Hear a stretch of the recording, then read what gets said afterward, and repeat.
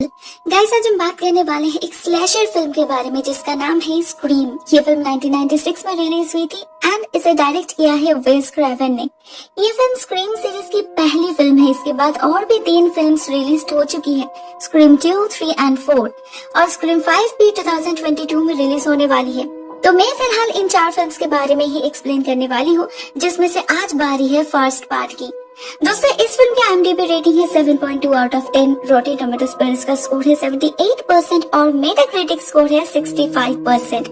दोस्तों, इस फिल्म के बिल्कुल स्टार्टिंग में ही हम एक हाई स्कूल स्टूडेंट केसी से मिलते हैं जो घर में अकेली है। उसे बार बार एक अननोन नंबर से कॉल आ रहा है। पहले तो वो इग्नोर करती है, मगर बातों बातों में जब ये कॉलर उससे हॉरर मूवीज के बारे में बात करने लगता है तो केसी भी इंटरेस्टेड फील करती है, क्योंकि ये उसका फेवरेट जॉनरा था। लेकिन धीरे धीरे ये कॉलर कुछ ज्यादा ही क्रिपी होने लगता है। किसी को पता चलता है ये कोई यूजुअल गाय नहीं है जो उससे फ्लर्ट करने के लिए कॉल किया है, बल्कि ये तो कोई साइको है जो अभी उसके घर तक भी पहुंच चुका है। वो किसी से उसके फेवरेट मूवीज के बारे में सवाल पूछता है, हॉरर मूवीज के बारे में। अगर उसने एक भी गलत जवाब दिया तो वो उसके बॉयफ्रेंड स्टीव को मार डालेगा। उसके धमकी से केसी बहुत ज्यादा डर जाती है तो वो फोन काट देती है। लेकिन उसे अपने घर के बैक डोर के सामने स्टीव नजर आता है, जिसे किसी ने बहुत ब्रूटली टॉर्चर किया था। उसका हाथ पैर मुंह बांध के यहाँ पर छोड़ गया था।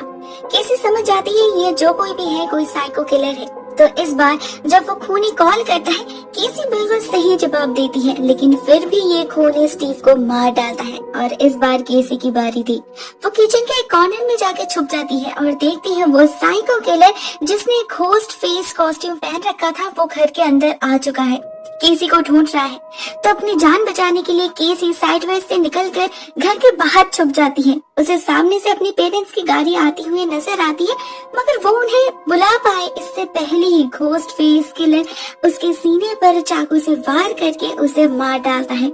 घर लौटने के बाद केसी के पेरेंट्स को केसी और स्टीव की लाश मिलती है, पैर से लटकते हुए, और उनके शरीर पे इतने सारे घाव थे कि अंदर का सब कुछ बाहर आ चुका था, जो साबित कर रहा था ये खूनी कोई नॉर्मल इंसान तो नहीं हो सकता। नेक्स्ट डे सुबह होते ही ये बात आग की तरह पूरे शहर में फैल जाती है। पुलिस भी इन्वेस्टिगेट कर रहे थे। केसी और स्टीव जिस स्कूल में पढ़ते थे उस स्कूल के टीचर्स, स्टूडेंट्स, स्टाफ सभी को इंटेरोगेट किया जाता है। इसी स्कूल में हम एक ग्रुप ऑफ फ्रेंड्स से मिलते हैं, Sydney, Billy, Tatum, Stu and Randy. इनमें से सिडनी और बिली कपल है और लगता है इस स्कूल के सारे स्टूडेंट्स को ही हॉरर फिल्म्स की बहुत नॉलेज है। कौन सी फिल्म में कौन खूनी है, किस खूनी ने कौन सी हीरोइन को, कौन से विक्टिम को कैसे मारा था, इसके बारे में हर एक डिटेल्स तक उन्हें याद है। इन रिसेंट मर्डर्स को लेकर सभी बहुत ज्यादा क्यूरियस है, एक्साइटेड है और डरे हुए भी। मगर सिडनी की बात कुछ और है। उसे इस हादसे से अपनी माँ की, मॉरीन की बहुत याद आ रही थी, क्योंकि आज से ऑलमोस्ट 1 साल पहले उसके माँ को भी ठीक इसी तरह से किसी ने ब्रूटली रेप करके खून किया था। लेकिन वो खूनी अभी जेल में है। सिडनी ने ही उस खूनी को भागते हुए देखा था। वो और कोई नहीं, मॉरीन का बॉयफ्रेंड कॉटन था। तो तब से सिडनी अपने पिता नील के साथ ही रहती है। लेकिन कल रात नील कुछ दिनों के लिए बाहर गए हैं, तो सिडनी डिसाइड करती है वो आज रात उसकी बेस्ट फ्रेंड टीटम के घर रुकेगी। ठीक 7 बजे टीटम उसे पिकअप करने आने वाली थी, मगर उससे पहले ही उसे एक आदमी कॉल करता है, जिसका आवाज से हमें पता चलता है कि ये वही साइको किलर है। बिल्कुल केसी की तरह ये खूनी सिडनी से भी हॉरर मूवीज के बारे में पूछने लगता है। लेकिन जब सिडनी को पता चला कि ये खूनी उसके घर के सामने है तो वो बिलीव नहीं की, क्योंकि बाहर जाके चेक करने पर भी उसे कोई नहीं मिला। उसे लगा कोई उससे मजाक कर रहा है। लेकिन ठीक उसी वक्त ये किलर उसे उसकी माँ के बारे में एग्जाम्पल देकर कहता है सिडनी को भी वैसी ही मौत मिलेगी। इस बार सिडनी सीरियस हो जाती है और घर के अंदर जाकर दरवाजा लॉक कर देती है। लेकिन हम देखते हैं ये घोस्ट फेस किलर तो ऑलरेडी घर के अंदर ही छुपा था। वो सिडनी पर चाकू से हमला कर देता है, मगर सिडनी किसी तरह से भागकर अपने रूम में जाकर दरवाजा बंद कर देती है। वो खूनी भी अंदर आने की पूरी कोशिश कर रहा था। तो मौका मिलते ही सिडनी पुलिस को कॉल करती है। इसी बीच हम देखते हैं कोई खिड़की से कमरे के अंदर घुसने की कोशिश कर रहा था। ये बिली था। उसे देखकर पहले तो सिडनी बहुत रिलैक्स फील करती है, लेकिन ठीक उसी वक्त बिली के पॉकेट से उसका फोन जमीन पर गिरता है। उसे देखकर सिडनी को लगता है कि शायद वो घोस्ट फेस किलर और कोई नहीं बिली है। वो ही उसे कॉल कर रहा था क्योंकि उसके आने के साथ साथ ही वो किलर भी गायब हो चुका था। सिडनी धक्का देकर बिली को हटाकर नीचे भाग जाती है और तब तक पुलिस भी आ चुकी थी। उनके घर के बाहर से घोस्ट फेस कॉस्ट्यूम में मिला था, तो सिडनी के कहने पर वो लोग बिली को अरेस्ट कर लेते हैं और रिपोर्ट लिखने के लिए सिडनी को भी पुलिस स्टेशन जाना पड़ता है। सभी को लग रहा था जरूर केसी और स्टीव का खून भी बिली नहीं किया है, मगर बिली का कहना था वो सिर्फ अपने गर्लफ्रेंड से मिलने गया था।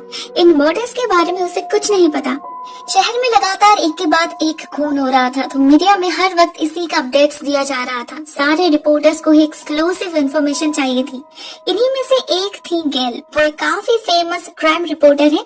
उसने लास्ट ईयर में सिडनी के माँ के बारे में न्यूज रिपोर्ट बनाई थी, तो इस बार भी वो सिडनी से बात करने जाती है सबसे पहले, लेकिन सिडनी उल्टा उसे थप्पड़ मारकर वहाँ से निकल जाती है। असल में गेल नहीं मानती सिडनी की माँ मॉरिन को कॉटन ने मारा था, वो कोई और है और वो इसके बारे में एक किताब भी लिखने वाली है। तो इसी बात से सिडनी उससे खफा है। पुलिस स्टेशन से टीटम अपने दोस्त को अपने घर में ले जाती है। सिडनी बहुत ही अपसेट थी। बस एक ही बात की शांति है कि खूनी पकड़ा गया, लेकिन ये खुशी भी ज्यादा देर नहीं टिक पाती क्योंकि टीटम के घर में भी कोई उसे कॉल करके सिडनी को धमकाता है और ये कोई और नहीं था बल्कि ये वही घोस्ट फेस किलर था। मतलब बिली सही कह रहा था, वो निर्दोष है, असली खूनी तो अभी भी फरार ही है। नेक्स्ट डे जब सिडनी और टेटम स्कूल पहुंचती है, हमें पता चलता है इतने साल के बाद भी गेल उनका अभी भी पीछा कर रही है। यहाँ पर एक पुलिस ऑफिसर डीवी भी है जो कि असल में टेटम का भाई है और वो इन मर्डर केसेस को भी इन्वेस्टिगेट कर रहा था। स्कूल के अंदर सिडनी के साथ मुलाकात होती है बिली की, जिसे पुलिस स्टेशन से छोड़ दिया गया था क्योंकि उसके खिलाफ कोई सबूत नहीं मिल रहा था और अभी सिडनी को भी पता था कि वो बेकसूर है। लेकिन जब से उसके माँ की मौत हुई है, सिडनी बदल चुकी है। वो बिली से भी डिस्टेंस मेंटेन करने लगी थी। इस बात से बिली और उसके बीच थोड़ी बहुत कहासुनी हो जाती है। सिडनी रोते रोते बाथरूम जा पहुँचती है और उसे वहाँ उसी खूनी की आवाज सुनाई देती है। वो फिर से एक बार सिडनी पर हमला करता है, लेकिन इस बार भी सिडनी भागने में कामयाब हो जाती है। शहर के ऐसे हालात में जब एक पागल खूनी खुलेआम घूम रहा था, तो स्कूल के प्रिंसिपल मिस्टर हिम्ब्रे डिसाइड करते हैं सारी क्लासेस कैंसिल करके स्टूडेंट्स को घर भेजना ही ठीक रहेगा, क्योंकि पुलिस की तरफ से भी शहर में कर्फ्यू जारी की गई थी। तो जैसे ही ये स्कूल बिल्डिंग खाली हो जाती है, सारे स्टूडेंट्स अपने घर चले जाते हैं। हम देखते हैं कोई प्रिंसिपल हिम्ब्रे के दरवाजे पर दस्तक देता है। ये वही खूनी था जो मिस्टर हिम्ब्रे को भी चाकू से स्टैब करके मार डालता है। उधर इस सबसे अनजान पुलिस केसी और सिडनी दोनों के ही कॉल रिकॉर्ड्स चेक करने में बिजी थे, जिससे उन्हें इस खूनी के बारे में कोई क्लू मिले जिससे और किसी को इतने बेरहमी से मरना ना पड़े। ठीक उसी वक्त ये यंग स्टार्स छुट्टी का मजा उठाने के लिए पार्टी थ्रो करते हैं। स्टू सभी को अपने घर में इनवाइट करता है और सिडनी टेटम के साथ जाती है पार्टी के लिए स्नैक्स स्टॉक करने। वो लोग जब शॉपिंग करने में बिजी थे, हम देखते हैं वो घोस्ट फेस किलर यहाँ पे भी उन्हें फॉलो कर रहा था, सबके अनजाने में छुपके से। शाम होने के साथ साथ स्टू के घर में पार्टी शुरू हो जाती है। स्कूल के सारे स्टूडेंट्स पहुंच चुके थे, साथ में सिडनी, बिली, टेटम और रैंडी भी। घर के बाहर हम रिपोर्टर गेल की गाड़ी भी देख पाते हैं। उसका शक था आज यहाँ पर कुछ होने वाला है। सिर्फ वो ही नहीं, ड्यूई भी यहाँ पर था इन पर नजर रखने के लिए। इन दोनों की बातों से हमें पता चलता है ये दोनों एक दूसरे को लाइक करते हैं। तो ड्यूई के जरिए गेल घर के अंदर जाती है और अंदर एक कैमरा छोड़ कर आती है, जिससे अंदर क्या हो रहा है ये वो बाहर से भी जान सके। लेकिन उसने कैमरा लिविंग रूम में रखी थी। उधर उसे पता ही नहीं था क्लाइमैक्स तो गैराज के अंदर शुरू हो चुका है, जहाँ टेटम गई थी शराब की बोतल लाने।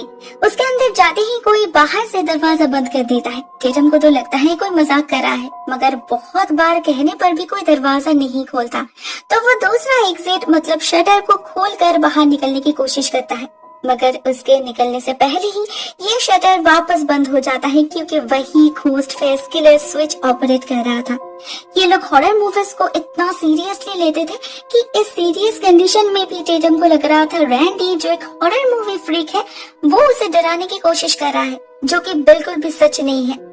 फाइनली जब ये खूनी चाकू से उसके हाथ पे कट कर देता है, तब जाके टेटम समझती है कि वो कितनी बड़ी मुसीबत में फंस चुकी है। वो दारू की बोतल से उस घोस्ट फेस को जख्मी करके शटर के नीचे जो होल था उसके अंदर से निकलने की कोशिश करती है, मगर वो कम्प्लीटली निकल पाए इससे पहले ही वो खूनी उस शटर को ऑन कर देता है। शटर धीरे धीरे ऊपर जाने लगता है, जिससे टेटम की गर्दन टूटने की वजह से उसकी मौत हो जाती है और उसकी लाश वहीं लटक कर रह जाती है।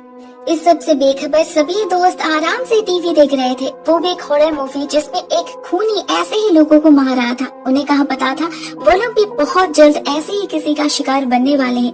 उधर वैन में गेल और उसका कैमरामैन केनी बहुत बोर हो रहे थे, क्योंकि उन्होंने जैसे सोचा था, जैसे एक्सपेक्ट किया था, वैसा कुछ हो ही नहीं रहा था। इसी बीच इंस्पेक्टर ड्यूई गेल को इन्फॉर्म करता है उसे यहाँ पर आसपास ही एक अबांडन्ड गाड़ी की न्यूज मिली है, तो वो चाहते ही गेल भी उसके साथ जाए, क्योंकि वो गेल के साथ अकेले में कुछ वक्त बिताना चाहता था। ये एक रोमांटिक वॉक होने वाला था, लेकिन उस गाड़ी को देखकर ही ड्यूई बहुत ज्यादा टेंशन में आ जाता है, क्योंकि ये गाड़ी थी सिडनी के पिता नील की, जो कुछ दिनों से गायब थे, जिन्हें पुलिस ढूंढ नहीं पा रहे थे। और सबसे इम्पोर्टेंट बात, नील पुलिस के सस्पेक्ट लिस्ट में टॉप पे है, क्योंकि पुलिस को केसी और सिडनी के कॉल रिकॉर्ड से इस किलर का जो नंबर मिला है वो इसी आदमी का है।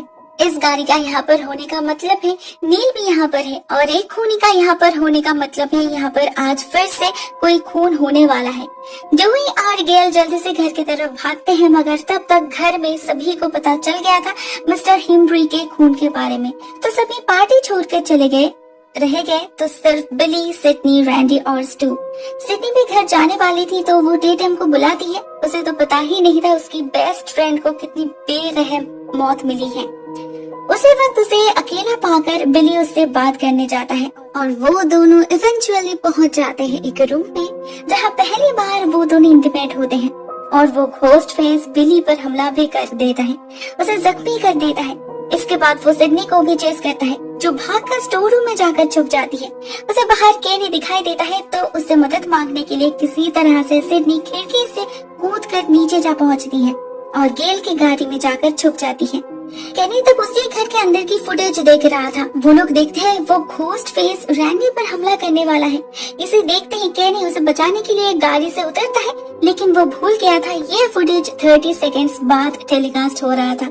इन 30 सेकंड्स के अंदर वो खूनी रैंडी को छोड़कर इस गाड़ी के पास आ चुका था, और जैसे केनी बाहर निकलता है, ये खूनी सिडनी के सामने ही उसका गला काट देता है। फॉर्चुनेटली सिडनी किसी तरह से गाड़ी से निकलती है और दूसरी तरफ भागती है। तब तक टीवी और गेल भी यहाँ पर आ चुके थे। ड्यूई गेल को पुलिस स्टेशन में कांटेक्ट करने के लिए कहता है और खुद जाता है अंदर, और गेल जाती है केनी के पास उसका फोन मांगने, मगर गाड़ी में वो कहीं नहीं था, सिर्फ बहुत सारा खून भरा हुआ था। गेल डर जाती है और गाड़ी लेकर भागने लगती है, मगर सामने के स्क्रीन पे इतना ज्यादा खून लगा हुआ था कि उसे कुछ दिखाई नहीं दे रहा था। ऊपर से केनी की लाश जो गाड़ी के ऊपर थी, वो भी गाड़ी के स्टार्ट होते ही स्क्रीन के ऊपर आ चुकी थी, तो गेल को बिल्कुल भी पता ही नहीं चला कब सिडनी उसके गाड़ी के सामने आ चुकी थी। जब वो उसकी आवाज सुनती है, तो उसे बचाने के लिए गेल गाड़ी को घुमाती है, जिससे उस गाड़ी का एक्सीडेंट हो जाता है। सिडनी वापस घर भागती है।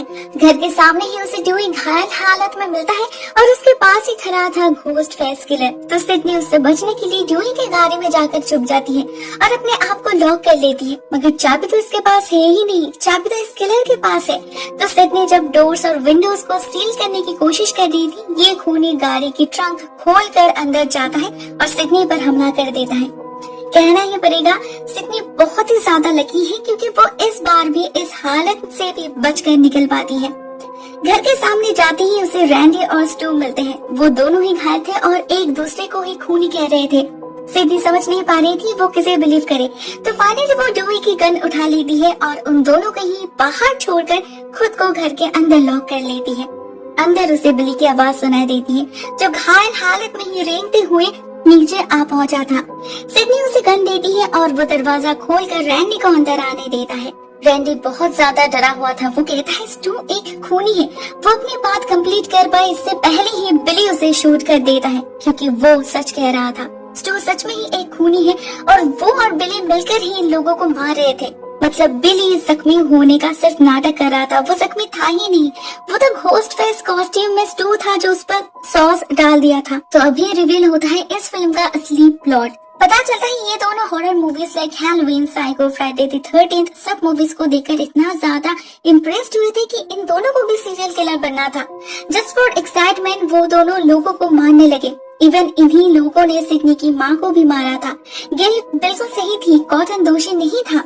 असल में मॉरिन की वजह से ही बिली के पेरेंट्स का डाइवोर्स हुआ था। उसका पिता मॉरिन को डेट करने लगे थे, जिसकी वजह से उसकी माँ उसे छोड़कर चली गई।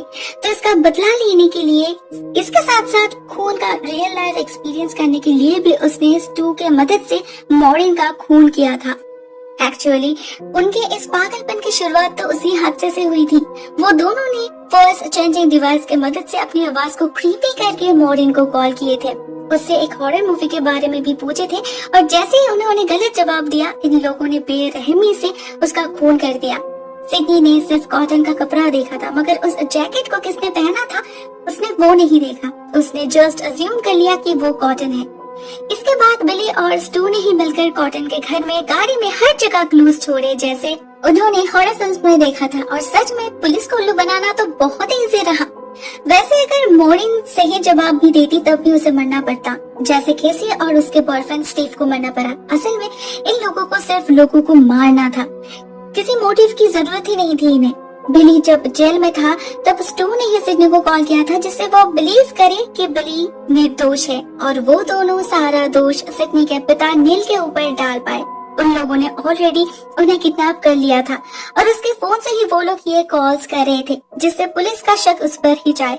उनका प्लान था स्टोरी कुछ इस तरह से सजाना कि नील ने 1 साल पहले अपनी पत्नी का खून किया था क्योंकि उसे सीरियल किलिंग करना पसंद था और अभी अपनी बेटी का खून करने के बाद उसने आत्महत्या कर ली।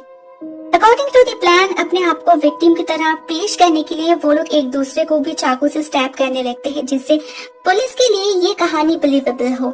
कहानी तो बिल्कुल ही फुल प्रूफ थी, मगर जब सिडनी को मारने की बारी आती है उन लोगों को ड्यूवी की बंदूक नहीं मिल रही थी क्योंकि उसे गेल ने उठा ली थी। गेल उस कार एक्सीडेंट में मरी नहीं थी, बस बेहोश हो गई थी। अभी वो सिडनी को बचाने के लिए वापस आ चुकी है। वो उन्हें शूट करती है मगर सेफ्टी कैप हटाना भूल जाती है जिससे गोली नहीं चलती और बिली उसे ही मारकर फिर से बेहोश कर देता है। लेकिन तब तक सिडनी वहाँ से भाग चुकी थी। उसने ऑलरेडी पुलिस को भी इन्फॉर्म कर दिया था और अभी वो इनके साथ सीरियल किलिंग गेम खेलने वाली है। जैसे ही ये लोग उसे ढूंढने जाते हैं, सबसे पहले सिडनी स्टू के ऊपर टेलीविजन फेंक कर उसे मार डालती है और बिली को भी जख्मी कर देती है, मगर तब भी बिली उसका ही गला दबाने लगता है। फाइनली गेल फिर से एक बार उसे शूट कर देती है। इसके बाद भी उसकी मौत कंफर्म करने के लिए सिडनी भी उसके माथे पर शूट करती है। फाइनली हम देखते हैं सिडनी और गेल के साथ रैंडी और जोई भी जिंदा है, बस घायल है। उन्हें हॉस्पिटलाइज की जाती है और गेल नए कैमरामैन के साथ फिर से अपने काम पे लग जाती है। उसके पास एक्सक्लूसिव न्यूज है और फर्स्ट हैंड एक्सपीरियंस भी, और उसकी किताब जो वो मॉरिन मर्डर केस के ऊपर लिखने वाली थी वो अभी तो खत्म भी कर सकती है वो, क्योंकि असली खूनी का पता चल गया है। दोस्तों ये फिल्म यहाँ पर ही एंड हो जाती है। कहा जाता है ये film real life murder Gainesville Ripper से इंस्पायर्ड है। इस केस में डैनियल हैरोल्ड रोलिंग नाम के एक व्यक्ति ने 1990 में 4 दिन के अंदर 5 स्टूडेंट्स का खून किया था। इसके अलावा भी उसने 3 और खून किया था। इवन अपने पापा को भी मारने की कोशिश किया था। वो पूरी तरीके से पागल हो चुका था और वो सब कुछ इसीलिए कर रहा था जस्ट बिकॉज उसे the notorious serial killer Ted Bundy जैसा बनना था। वो था उसका इंस्पिरेशन। दोस्तों से 2006 में लीथल इंजेक्शन देकर एग्जीक्यूट की गई थी।